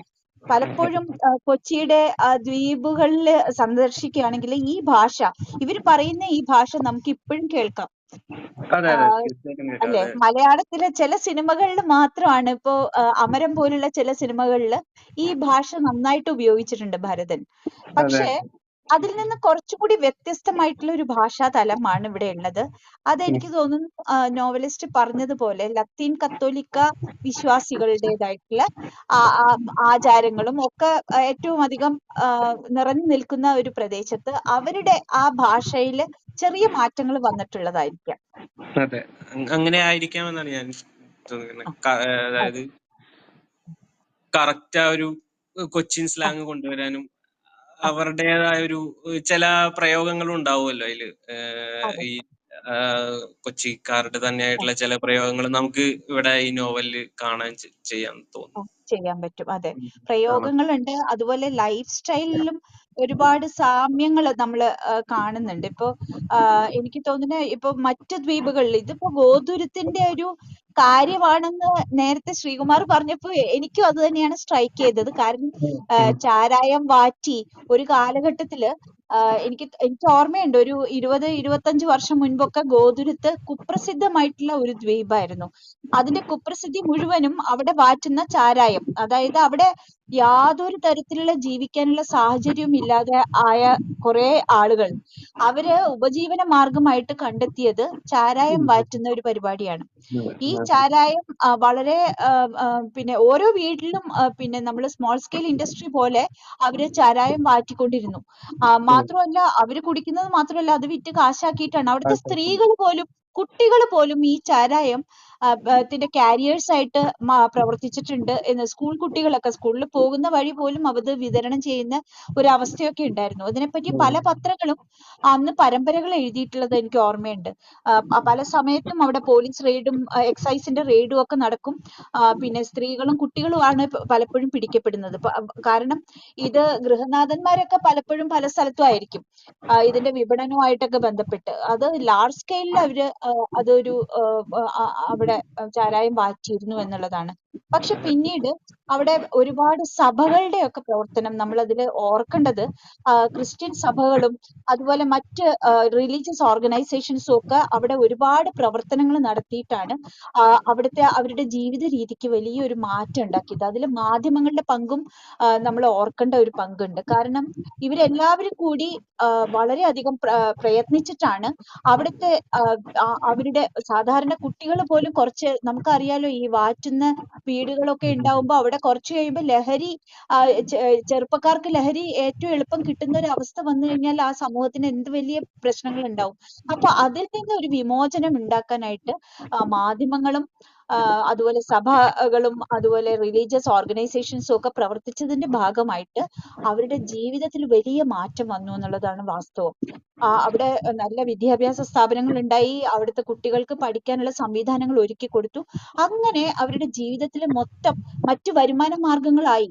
പ്രത്യേകിച്ച് ഈ നഗരം വളരെ അടുത്തല്ലോ, ഈ ഗോശ്രീ ദ്വീപുകളുടെ ഒക്കെ സാന്നിധ്യത്തോട് കൂടിയിട്ട് നഗരത്തിൽ വന്ന് ജോലി തേടി വൈകുന്നേരം തിരിച്ചു പോകാനായിട്ടുള്ള സംവിധാനങ്ങൾ വന്നതോടുകൂടി ഈ ബോട്ടിനെ മാത്രം ആശ്രയിക്കുന്ന രീതിയിൽ ജോലി ചെയ്യാൻ പറ്റില്ല. കാരണം 6 മണിക്ക് ജോലി നിർത്തി ബോട്ട് കിട്ടില്ല, അപ്പോഴേക്കും ബോട്ട് അവസാനിച്ചിട്ടുണ്ടാവും. പ്രത്യേകിച്ച് കാലവർഷമൊക്കെ ഉള്ള സമയത്ത് ബോട്ട് യാത്ര വളരെ ദുരിതമായിരുന്നു. അധികം ബോട്ടുകളൊന്നും അന്ന് ഉണ്ടായിരുന്നില്ല. അപ്പൊ അങ്ങനെ ഉള്ള ഒരു സമയത്താണ് ഈ പിന്നെ ഗോശ്രീ ദ്വീപുകളെ ബന്ധിപ്പിച്ചുകൊണ്ട് വരുന്ന പാലങ്ങൾ വരുന്നത്. ആ പാലം വന്നതോടുകൂടി ചെറുപ്പക്കാരുടെ ജീവിതത്തിൽ വലിയ മാറ്റം വന്നു. അവര് പിന്നെ സെമി സ്കിൽഡ് ആയിട്ടുള്ള ആളുകൾ പോലും സ്വന്തം വാഹനത്തില് ജോലി തേടി ഇവിടെ വന്ന് തിരിച്ചു പോകുന്ന ഒരു രീതിയിലേക്ക് അവരുടെ ജീവിതം മാറിയിരിക്കുകയാണ്. ഇപ്പോ അവര് എല്ലാവരും പിന്നെ സ്വയം പര്യാപ്തരായിട്ടുള്ള രീതിയിലാണ്. മാത്രമല്ല ടൂറിസം മേഖലയൊക്കെ വികസിച്ചു. ഈ ഹോട്ടൽ സംവിധാനങ്ങളിലേക്കൊക്കെ പിന്നെ അവിടെ പിന്നെ ഒരുപാട് ചെമ്മീൻ കെട്ടുകളൊക്കെയുള്ള സ്ഥലങ്ങളാണല്ലോ. അങ്ങനെ ഹോം സ്റ്റേകളൊക്കെ തുടങ്ങി. അങ്ങനെ ഒരുപാട് മാറ്റം വന്നു. ഇപ്പോ അവരുടെ ജീവിത നിലവാരം വേറെയാണ്. അങ്ങനെയുള്ള ഒരു ആ കാലഘട്ടത്തിനെ പരാമർശിക്കുന്ന അതാണ് ഈ നോവൽ വായിക്കുമ്പോൾ നമ്മളുടെ മനസ്സിൽ ഈ ഗോതുരത്തിനെ വാറ്റിക്കൊണ്ടിരുന്ന ചാരായത്തിനെ പറ്റി ഇതിൽ പറയുന്നുണ്ട്. അപ്പൊ പോലീസ് വരുമ്പോ പെട്ടെന്ന് അതെ മറിച്ചെടുത്ത് അതെ മറിച്ച് പറയുന്നുണ്ട്. ദേവസി എന്നൊരു അപ്പൊ ക്യാരക്ടറാണ് ഇങ്ങനെ വാറ്റിക്കൊണ്ടിരിക്കുന്ന ഒരു മനുഷ്യൻ. അതെ അതൊരു സാമ്പത്തികമായ ഒരു വരുമാന മാർഗമായിരുന്നു മൂപ്പരുടെ അതെ അതെ ആ അങ്ങനെ സമയത്ത്. അതെ. പിന്നെ കഥാപാത്രങ്ങളെല്ലാം പിന്നെ മദ്യപാനാസക്തരായിട്ടുള്ള കുറെ പേരെ നമ്മൾ ഇന്ന് കാണുന്നുണ്ട്. അപ്പൊ അങ്ങനെയുള്ള ഒരു ജീവിതം നമ്മളുടെ ദ്വീപുകൾക്ക് ഒരു കാലത്ത് ഉണ്ടായിരുന്നു. ആ ദ്വീപുകളുടെ കഥയാണ്, അവിടുത്തെ പാവപ്പെട്ട സാധാരണക്കാരായിട്ടുള്ള മനുഷ്യരുടെ കഥകളാണ് ഇവിടെ നമ്മൾ പരിചയപ്പെടുന്നത്. ഒരുപാട് കഥാപാത്രങ്ങളാണ് അല്ലേ ഇതില്? അതെ, ഒരുപാട് കഥാപാത്രങ്ങളുണ്ട്. ഈ നോവലിൽ തന്നെ ഇഷ്ടം പോലെ കഥാപാത്രങ്ങൾ കൂടി വരുന്നുണ്ട്. അതെ, നമുക്ക് ഓർത്തു ചിലത് ഓർത്തു വെക്കാൻ ഭയങ്കര ബുദ്ധിമുട്ടാണ്. അതെ അതെ, പേരും പ്രത്യേകത നേരത്തെ ശ്രീകുമാർ ഞാൻ പറഞ്ഞ പോലെ തന്നെ ഒരു പോർച്ചുഗീസ് ചായ ഉള്ള പേരുകളാണ്. അതാണ് ഈ പോർച്ചുഗീസിന്റെ വരവോടും എനിക്ക് തോന്നിയത് ഈ ബൈബിളിലെ കഥാപാത്രങ്ങളുടെ പേര് ലോപിച്ച പേര് പോലെ എനിക്ക് തോന്നി. അത് അപ്പൊ ചേറു എന്നൊക്കെ പറയുന്ന പേര് സാധാരണ നമ്മൾ ഉപയോഗിക്കുന്നതല്ല. ഒരു ഫുൾ നെയിം ആയിട്ട് നമുക്ക് പറയാൻ പറ്റില്ല, വല്ല പെറ്റ് നെയിം പോലെ. പക്ഷെ അതൊക്കെ എനിക്ക് തോന്നുന്നു ബൈബിളിലെ ഏതെങ്കിലും ഇപ്പൊ സബേത്ത് എന്ന് പറഞ്ഞ ഒരു പെൺകുട്ടിയെ പറ്റി പറയുന്നുണ്ട്, കാഴ്ച മങ്ങിപ്പോയ കുട്ടി. അപ്പൊ സബേത്ത് എന്ന് പറഞ്ഞ എലിസബത്തിന്റെ ലോപിച്ച ഒരു രൂപം അല്ലേ സബേത്ത് എന്ന് നമ്മൾ ആലോചിക്കുകയാണ്. അങ്ങനെ ആയിരിക്കാം ചിലപ്പോ. ഞാനപ്പ അതിനൊരു ആ ഒരു പോർച്ചുഗീസിന്റെ വരവിന്റെ ഒരു അതാണ് ഞാൻ മെയിൻ ആയിട്ട് കണ്ടത്. അതുകൊണ്ടാണ് ഞാൻ അങ്ങനെ ഒരു പോയിന്റ് ഓഫ് വ്യൂ. അതിനും സാധ്യത ഈ ബൈബിളിന്റെ ഇതിലും ചിലപ്പോ ബൈബിളിന്റെ ഇതിലായിരിക്കും കൂടുതലും സാധ്യതകൾ നമ്മൾ ആ കാണേണ്ടത് അത് ഈ തന്നെയായിരിക്കും. ഓൾഡ് ടെസ്റ്റമെന്റിലെ പിന്നെ അത് മലയാളത്തിലെ വാക്കുകൾ നമുക്ക് അത്ര പരിചിതമല്ലാത്ത ഒന്നാണല്ലോ അതിന്റെ ഭാഷയും. അപ്പൊ അത് ഒരുപക്ഷെ ഇതിന്റെ ഒരു ഇൻഫ്ലുവൻസ് ഉണ്ടായിട്ടുണ്ടാവാം എന്നാണ് എനിക്ക് തോന്നിയത്. തീർച്ചയായിട്ടും ഉണ്ടാവും, നമ്മൾ തീർച്ചയായിട്ടും. അതെ. പിന്നെ മാജിക്കൽ റിയലിസത്തിലേക്ക് തിരിച്ചു വരുമ്പോ ഇത് അതായത് ഈ ദ്വീപ് തന്നെ ഒരു തുരുത്ത് എന്ന് അതെ, പറയാനാണ് നോവലിസ്റ്റ് കൂടുതൽ ആഗ്രഹിക്കുന്നതെന്ന് എവിടെ ഞാൻ ആഗ്രഹിക്കുന്നത് അതെ, പറഞ്ഞത്. അതെ. അതെ. അതിന് അപ്പൊ അങ്ങനെയുള്ള ഒരു തുരുത്തിലെ കൂടെയാണ് ഈ ജീവിതകഥ ഇവരുടെയൊക്കെ ജീവിതകഥ പിന്നെ പുറത്തു വരുന്നത്. അപ്പൊ അതില് മിത്തുണ്ട്, അതുപോലെ മിത്തും റിയാലിറ്റിയും കൂടി ഒരു നന്നായിട്ട് ബ്ലെൻഡ് ചെയ്തിരിക്കുകയാണ്. എവിടെയാണ് മിത്ത് എവിടെയാണ് റിയാലിറ്റി എവിടെയാണ് തുടങ്ങുന്നതെന്ന് നമുക്ക് റിയാലിറ്റി എന്നുള്ളത് നമുക്ക് അതെ. തിരിച്ചറിയില്ല. ഉം. അങ്ങനെയുള്ളൊരു പക്ഷെ ആഖ്യാന രീതി വളരെ ഹൃദ്യമാണെന്ന് തന്നെ പറയണം അല്ലേ? തീർച്ചയായിട്ടും അതെ. ഭയങ്കര ഈ മിത്തിന്റെ കാര്യം പറയുമ്പോൾ നമ്മൾ ഞാൻ ഈ പറഞ്ഞ പോലെ ഈ കാപ്പിരി മുത്തപ്പന്റെ കാര്യം എടുത്തു പറയേണ്ട ഒരു സംഭവം തന്നെ. കൊച്ചിയിൽ തന്നെ ഇപ്പോഴും അതെ നടത്തുന്നുണ്ടല്ലോ ഈ കാപ്പിരി മുത്തപ്പന്റെ ആരാധന, അല്ലെങ്കിൽ ഇപ്പൊ കള്ള് അതെ വെക്കുന്നതും മറ്റേ അവിടെ മെഴുകുതിരി കത്തിക്കുന്നതും മെഴുകുതിരി അതെല്ലാം കത്തിക്കുന്നുണ്ട്. ആ അതെ അതെ അതെ അവർ ഇങ്ങനെ ഇത് കൊടുക്കുന്നതും പ്രസാദം അതെ പോലെ മദ്യവും അതും ഇതെല്ലാം ആ കൊടുക്കുന്ന ഒരു ആചാരം എനിക്ക് തോന്നുന്നു ഇപ്പോഴും ഉണ്ട്. കുറെ നാൾ അതെ മുമ്പ് തന്നെ ഞാൻ കേട്ടിട്ടുണ്ട് ഇനി ഇപ്പോഴത്തെ കാര്യം എങ്ങനെയാന്ന്. അതെ അതൊരു പഴയ ആഫ്രിക്കൻ കാപ്പിരി അടിമ അതെ പണി ചെയ്തിരുന്ന ഒരു കാപ്പിരിയെ സ്മരിച്ചുകൊണ്ടാണ് ഒരു ചെറിയ ഒരു ക്ഷേത്രം പോലെ ഒരു ഉണ്ട്, ഉണ്ട്, ഉണ്ട്. രൂപക്കൂട് പോലെ ഉണ്ടാക്കി വെച്ചിട്ടുണ്ട്. അപ്പൊ അവിടെ ചില ആവശ്യങ്ങൾ നിറവേറ്റാൻ വേണ്ടിയിട്ട് വഴിപാടായിട്ട് ഈ മെഴുകുതിരി ഇതൊക്കെയാണ് കൊടുക്കുന്നത്. ആ ആ ആ അപ്പൊ അത് ഇവിടെ കൊച്ചിക്കാരുടെ ഒരു പ്രത്യേക ആരാധനാ സ്ഥലം തന്നെയാണത്. അപ്പൊ അതിനെ പറ്റിയിട്ടും ഇതില് പരാമർശം ഉണ്ട്. പരാമർശിക്കുന്നുണ്ട്, ഒരു ചെറിയ പരാമർശം ഉണ്ടായിരുന്നു. അതെ. അപ്പൊ കാപ്പിരി മുത്തപ്പനെ പറ്റിയിട്ടുള്ള കഥകളില് ഈ പറയുന്ന മിത്തും റിയാലിറ്റിയും കൂടിച്ചേർന്ന കഥകളാണ് പലതും. അപ്പൊ ചിലർക്കൊക്കെ ഭയമുണ്ട്. രാത്രി അതിലെ കൂടെ യാത്ര ചെയ്യുന്നവർക്ക് ചില അനുഭവങ്ങൾ ഉണ്ടായിട്ടുണ്ട്. അങ്ങനെ പറയുന്നുണ്ട്. ഇതില് ഈ ബാരൻ ലാൻഡിൽ താമസിക്കുന്ന ആളുകളുടെ അനുഭവങ്ങൾ എന്ന് പറഞ്ഞു കഴിഞ്ഞാൽ നമുക്ക് വിശ്വസിക്കാൻ പറ്റാത്ത തരത്തിലുള്ള അനുഭവങ്ങളാണ്. പലരുടെയും പിന്നെ ചാപിള്ളകൾ പിറക്കുന്നത് ഒരു നിരന്തര സംഭവമായിട്ട് ഇതിൽ മെൻഷൻ ചെയ്യുന്നുണ്ട്. പല മിസ്കാരേജസ് ഉണ്ടാവുകയും കുട്ടികളൊക്കെ പിറക്കുന്നതൊക്കെ മരിച്ച് കുട്ടികളായിട്ട് ജനിക്കുന്നതും ഒക്കെ. അതെ. അതുപോലെ തന്നെ പറയും. അല്ല ഞാൻ പറയാം, ഈ മറിയ എന്ന് പറഞ്ഞ മറിയ മിഖായലാശാൻ കെട്ടുന്ന മറിയ എന്ന സ്ത്രീക്കും ഈ മൂന്ന് മക്കൾ ഉണ്ടായതിന് മുമ്പ് തന്നെ ഈ ചാവിള്ളകളായി മരണപ്പെടുന്നുണ്ടെന്ന് പിന്നെ ഈ മരണപ്പെടുന്നുണ്ടെന്ന് പറയുന്നുണ്ട്. പിന്നെ അവസാനം ഈ കഥ അവസാനിക്കുന്നത് ഈ അന്ന എന്ന് പറഞ്ഞ സ്ത്രീക്കുണ്ടാവുന്ന കുട്ടി മരിക്കുന്നുണ്ട്. അതോടുകൂടിയാണ് അവസാനിക്കുന്നത്. അതാ അവസാനം എങ്ങനെയാണ്. അപ്പൊ ഇതില് പിന്നെ ഈ മരണം സംഭവിക്കുന്നതിനൊക്കെ മുൻപ് അവര് കാണുന്ന കാഴ്ചകളൊക്കെ ഭീതിതമായിട്ടുള്ള ഒരുപാട് കാഴ്ചകൾ കണ്ടുകൊണ്ടും മരിച്ചുപോയ ആളുകളെ മുന്നിൽ പ്രത്യക്ഷപ്പെട്ടതായിട്ട് കണ്ടും ഒക്കെയാണ് അവര് പേടിച്ച് മരിക്കുന്നതായിട്ടാണ് പല മരണങ്ങളും ചിത്രീകരിക്കപ്പെട്ടിട്ടുള്ളത്. അതുപോലെ ഈ മറ്റേ കുഷ്ഠരോഗികള് അധിവസിച്ചിരുന്ന ഒരു സ്ഥലം, ആ ഒരു സ്ഥലത്ത് പോയി പിന്നെ വെള്ളം കിട്ടാത്ത ഒരു അവസ്ഥ, അവിടെ കുഴിക്കുന്നതൊക്കെ മലിനജലം വരുന്നു. പിന്നെ അതെ അതൊക്കെ ചിത്രീകരിച്ചിരിക്കുന്നത് അതിന് ഉപയോഗിച്ചിട്ടുള്ള ആ ആഖ്യാന രീതി ഉണ്ടല്ലോ, വളരെ രസമായിട്ടാണ് പറഞ്ഞു പോയിരിക്കുന്നത്. നമുക്ക് ഒരു ചില സസ്പെൻസ് നിലനിർത്തിക്കൊണ്ടാണ് അല്ലെ. അതുപോലെ ഇതിലത്തെ ചില കഥാപാത്രങ്ങള് പ്രത്യേകിച്ച് നമുക്ക് മറക്കാൻ പറ്റാത്ത കുറച്ച് ആളുകളുണ്ട്. അതിൽ ഒന്ന് സുൽത്താന്റെ മരണമാണ്. സുൽത്താൻ രണ്ടുപേരും കൂടി കളിച്ച് നടന്നിരുന്ന രണ്ട് കൂട്ടുകാര്. സുൽത്താൻ ആണെങ്കിൽ ഒരിക്കൽ പോലും ഉച്ചയ്ക്ക് ഊണ് കൊണ്ടുവരാതെ ദൂരെ, എന്നാൽ ആരുടെ കയ്യിൽ നിന്നും ചോറ് വാങ്ങി കഴിക്കൂല. ഏറ്റവും അടുത്ത കൂട്ടുകാരൻ കൊടുത്താൽ പോലും ആ ചോറ് ഉണ്ണാൻ അവന് ഇഷ്ടല്ല.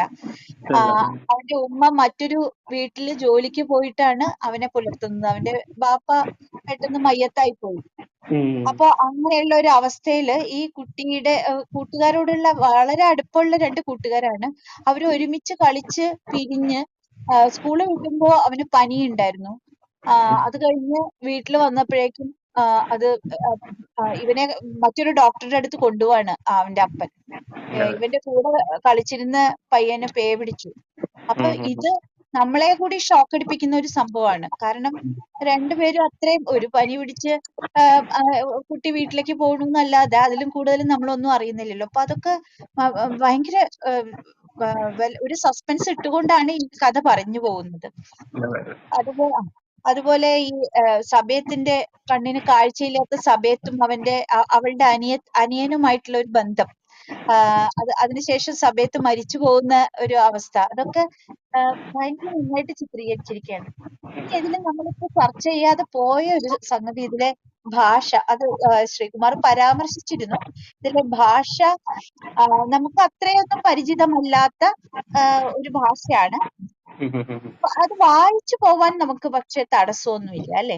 ഇല്ല, പ്രത്യേകിച്ച് തടസ്സമൊന്നുമില്ല. അത് സുഖമായിട്ട് ഇങ്ങനെ വായിച്ചു. അല്ല, നമുക്കിങ്ങനെ ഒരു ത്രില്ലടിപ്പിക്കുമെന്ന് പറയാൻ പറ്റില്ല, എന്നാലും വായന നിർത്താണ്ട് ഇങ്ങനെ വായിച്ചുകൊണ്ടിരിക്കാൻ തോന്നുന്ന രീതിയിലുള്ളതാണ് അതിന്റെ ഒരു കഥ.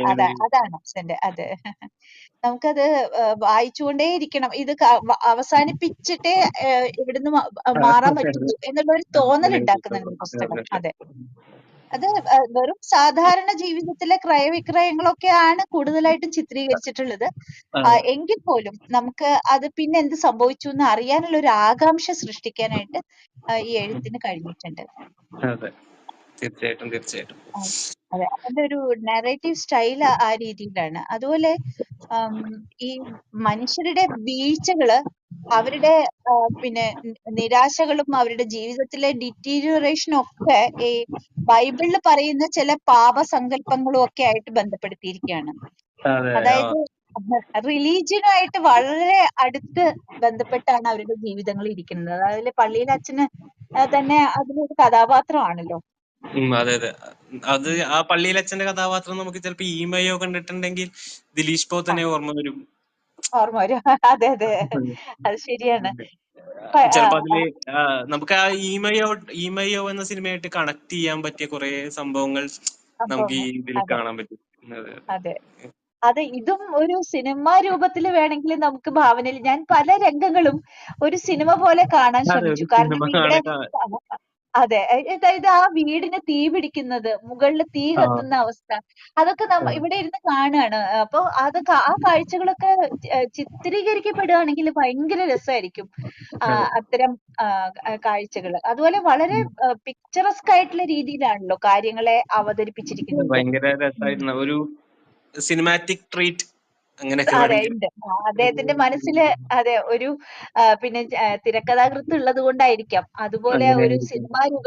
അദ്ദേഹം തന്നെ ഒരു ഇന്റർവ്യൂവിൽ പറഞ്ഞിട്ടുണ്ട്, എവിടെയോ ആരുമായിട്ട് ഒരു ആരാണ് ഈ കഥ അവരെടുത്തു സിനിമയ്ക്ക് വേണ്ടിയിട്ട്. ഇപ്പോഴും ആ റൈറ്റ് അവർക്ക് തന്നെയാണ് ഉള്ളത്. പക്ഷെ ഇത്രയും വർഷമായിട്ട് ഇതുവരെ ചെയ്തിട്ടില്ല. പക്ഷെ എപ്പോ വേണമെങ്കിലും ചെയ്യാലോ. ഇങ്ങനത്തെ ഒരു തീം എപ്പോ വേണമെങ്കിലും ചർച്ച ചെയ്യപ്പെടാവുന്ന ഒരു തീമാണ്. പാവപ്പെട്ട മനുഷ്യരുടെ ഈ ദൈവസങ്കല്പങ്ങളും അതുപോലെ വിശ്വാസ പ്രമാണങ്ങളെയൊക്കെ അടിസ്ഥാനപ്പെടുത്തി അവരുടെ ഉയർച്ച താഴ്ചകളൊക്കെ അതുമായിട്ട് ബന്ധപ്പെടുത്തി കണക്ട് ചെയ്തു. പിന്നെ കുർബാനയിൽ വെളിപ്പെടുത്തുന്ന സത്യങ്ങളായിട്ടൊക്കെ ചില കാര്യങ്ങൾ പറഞ്ഞു. അവരുടെ പിന്നെ വിശ്വാസം സംരക്ഷിക്കാനായിട്ടുള്ള പല മാർഗങ്ങളും അവര് ചെയ്യുന്നതായിട്ട് ഇതിൽ കാണുന്നുണ്ട്. പിന്നെ പാപബോധം, അതൊക്കെ ശരിക്കും പറഞ്ഞു കഴിഞ്ഞാൽ ഈ ബൈബിളിന്റെ വചനങ്ങളുമായിട്ട് ബന്ധപ്പെടുത്തി അവരുടെ ജീവിതത്തിന് പിന്നെ എന്താ പറയാ കൺട്രോൾ ചെയ്ത് പോകുന്നു എന്നുള്ള ഒരു തോന്നൽ ഉണ്ടാക്കുന്നതാണ്. ബൈബിളായിട്ട് ഭയങ്കര സമാസമായിട്ട് പോകുന്ന കുറെ കാര്യങ്ങൾ തന്നെ ഇതിനകത്തുണ്ട്. അതെ, നേരത്തെ പറഞ്ഞൊരു കാര്യമുണ്ടല്ലോ, ഈ മൈനോറിറ്റി കമ്മ്യൂണിറ്റി ആണല്ലോ ലാറ്റിൻ കാത്തലിക്സ് എന്ന് പറയുന്നത്. അപ്പൊ അവരുടെ ജീവിതാവസ്ഥകള് സത്യത്തിൽ അധികം പേരൊന്നും എഴുതിയിട്ടില്ല. ഇപ്പൊ നേരത്തെ ഇപ്പൊ അദ്ദേഹം പറഞ്ഞല്ലോ പോഞ്ഞിക്കര റാഫി, അതുപോലെ ജോർജ് ജോസഫ്, അദ്ദേഹത്തിന്റെ ചില കഥകളില് ഈ സ്ലാങ്ങുകളും അതുപോലെ ആ ജീവിതവും ഒക്കെ ആവിഷ്കരിക്കപ്പെടുന്നുണ്ട്. അത് മാത്രമല്ല ഇതില് ഈ നോവലിസ്റ്റ് പറയുന്ന ഒരു കാര്യം എന്ന് പറഞ്ഞു കഴിഞ്ഞാൽ ഈ മരണത്തിനെ പറ്റി നമ്മൾ പറഞ്ഞല്ലോ. അപ്പൊ ഞാൻ അത് ഇപ്പോഴാ ഓർമ്മ വന്നത്. ഈ മരണം എന്തുകൊണ്ട് ഇത്രയധികം മരണങ്ങൾ ഇതില് ചിത്രീകരിക്കുന്നു? അദ്ദേഹത്തിന്റെ മിക്കവാറും എല്ലാ പുസ്തകങ്ങളിലും ഉണ്ടല്ലോ. മിഖായലിന്റെ സന്തതികൾ തുടങ്ങുന്നത് ഒരു മരണത്തില. അപ്പൊ ഇത് എന്തുകൊണ്ടെന്ന് ചോദിച്ചപ്പോ അദ്ദേഹം പറഞ്ഞു ഈ മരണം എന്നുള്ളത് ഒന്ന് ചത്ത് ചീഞ്ഞിട്ടാണ് കഥയാകുന്നത്. ആളുകൾ മരിക്കുമ്പോഴാണ് കഥയാവുന്നത് എന്ന് അദ്ദേഹം പറയുന്നുണ്ട്. അതില് ഒരു വ്യംഗ്യമുണ്ട്. പക്ഷെ എങ്കിലും അതൊന്ന് ആലോചിക്കുമ്പോ അത് സത്യമല്ലേ? ആളുകൾ മരിച്ചു കഴിയുമ്പോ അവരുടെ കുറെ കഥകൾ പുറത്തു വരികയും ചെയ്യുന്നുണ്ട് എന്നുള്ള ഒരു രീതിയിലാണ് അദ്ദേഹം ഇതിനെ കാണുന്നത്. എന്തായാലും പൂർവികരുടെ പിന്നെ പുനർജന്മത്തിനെയോ അല്ലെങ്കിൽ പ്രേതങ്ങളെയോ ഒക്കെയാണ് ഇതിൽ കുറെ കഥാപാത്രങ്ങളായിട്ട് ചിത്രീകരിക്കുക. വെച്ചാൽ പ്രേതങ്ങളുണ്ട്, പൂർവികരുടെ രൂപങ്ങളുണ്ട്, അങ്ങനെയുള്ള കുറെ പിന്നെ ചീഞ്ഞളിഞ്ഞ മൃതദേഹങ്ങളുണ്ട്. അവര് അതെ അതിനെയൊക്കെ ഈ റിലീജിയനുമായിട്ട് കണക്ട് ചെയ്തിട്ടുണ്ട്. എന്തായാലും ഭയങ്കര രസകരമായിട്ടുള്ള ഒരു നോവലായിട്ടാണ് എനിക്ക് വായിച്ചിട്ട് തോന്നുന്നത്. എനിക്ക് തോന്നുന്നു ആ ഇറങ്ങിയ സമയത്ത് അത് അത്രയധികം വായിക്കപ്പെട്ടില്ലെങ്കിലും ഇപ്പൊ അത് ഒരുപാട് വായിക്കപ്പെടുന്നുണ്ട്, ചർച്ച ചെയ്യപ്പെടുന്നുണ്ട് എന്ന് തന്നെയാണ് എനിക്ക് തോന്നുന്നത്. പിന്നെ നമ്മളെപ്പോഴും ഈ പഴയ കാര്യങ്ങൾ അറിയാൻ എപ്പോഴും താല്പര്യമുള്ളവരാണല്ലോ മനുഷ്യര്. പുതിയതിലേക്ക് നമ്മൾ മുന്നോട്ട് പോകുമ്പോഴും നമുക്ക് നമ്മളുടെ ചരിത്ര പശ്ചാത്തലങ്ങൾ അറിയാനായിട്ട് എല്ലാം പിന്നെ എഴുതി വെക്കപ്പെട്ട ചരിത്രം എന്താണെങ്കിലും ഇതുപോലെ കഥയിൽ കാണുന്ന ചരിത്രവും നമുക്ക് വളരെ പ്രിയമേറുന്നതാണ് എന്നുള്ളതാണ്. ഈ ഭാഷയൊന്നും എവിടെയും ആരും എഴുതി വെക്കുന്നില്ലല്ലോ. പക്ഷെ ഇതില് ഇത്തരം കഥാ പുസ്തകങ്ങളിൽ ഭാവനാത്മകമാണെങ്കിൽ പോലും ഇതിലാണ് ഈ ഭാഷയൊക്കെ മനുഷ്യൻ ഉപയോഗിച്ചിരുന്ന ഓരോ ഭാഷയുടെയൊക്കെ രേഖാചിത്രങ്ങൾ കിടക്കുന്നത് എന്നാണ് നമ്മൾ വിശ്വസിക്കേണ്ടതെന്ന് തോന്നുന്നു. ഇതില് നമ്മളുടെ ചർച്ച കേൾക്കാനായിട്ട് ഇവിടെ എത്തിയിട്ടുള്ള ശ്രീമതി മീനയുണ്ട്. ഞാൻ ഇൻവൈറ്റ് ചെയ്തിട്ടുണ്ട് ശ്രീമതി മീന. അതുപോലെ ഹരിത, ഇവിടെ രണ്ടുപേരും ഇൻവൈറ്റ് ചെയ്തിട്ടുണ്ട് സംസാരിക്കാൻ. അർജുൻ ദാസ് ഉണ്ട്. അർജുൻ ദാസിനെ ഞാൻ ഓൾറെഡി ഇൻവൈറ്റ് ചെയ്തിട്ടുണ്ട്. ഹലോ അർജുൻ. അതെ, ഹലോ അർജുൻ.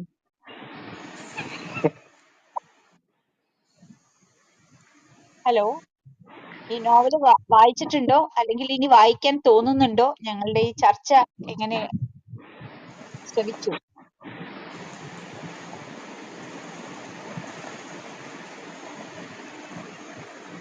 ഹലോ, കേൾക്കുന്നില്ല. അതെ കേൾക്കുന്നില്ല. അല്ല, അർജുന് മൈക്ക് കിട്ടിയോന്ന് എനിക്ക് സംശയമുണ്ട്. ഞാൻ ഇൻവിറ്റേഷൻ അയച്ചു, ആക്സെപ്റ്റ് ചെയ്തിട്ടില്ല അർജുൻ. അതുപോലെ ശ്രീമതി മീന.